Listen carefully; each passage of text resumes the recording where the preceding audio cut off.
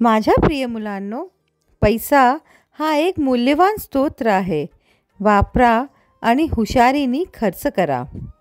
सामग्री किंवा काही वस्तू पूर्वी दोनदा स्वतःला प्रश्न करा की मला याची खरोखर गरज आहे की नाही. त्यानंतरच खरेदी करा.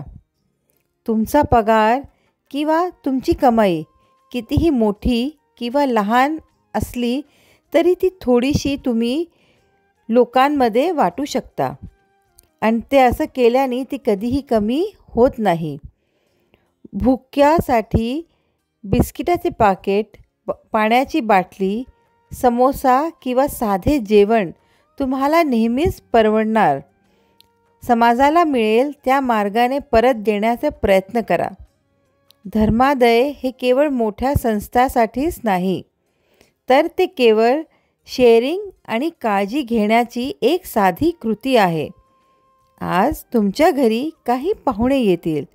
त्यांचे चांगले तुम्ही स्वागत करा आणि आज हसायला विसरू नका. माझं खूप खूप प्रेम आणि आशीर्वाद तुमच्यावर आहे. म्हणून आनंदी रहा आणि खूप हसत रहा. माझे आशीर्वाद सदैव तुमच्या पाठीशी आहेत.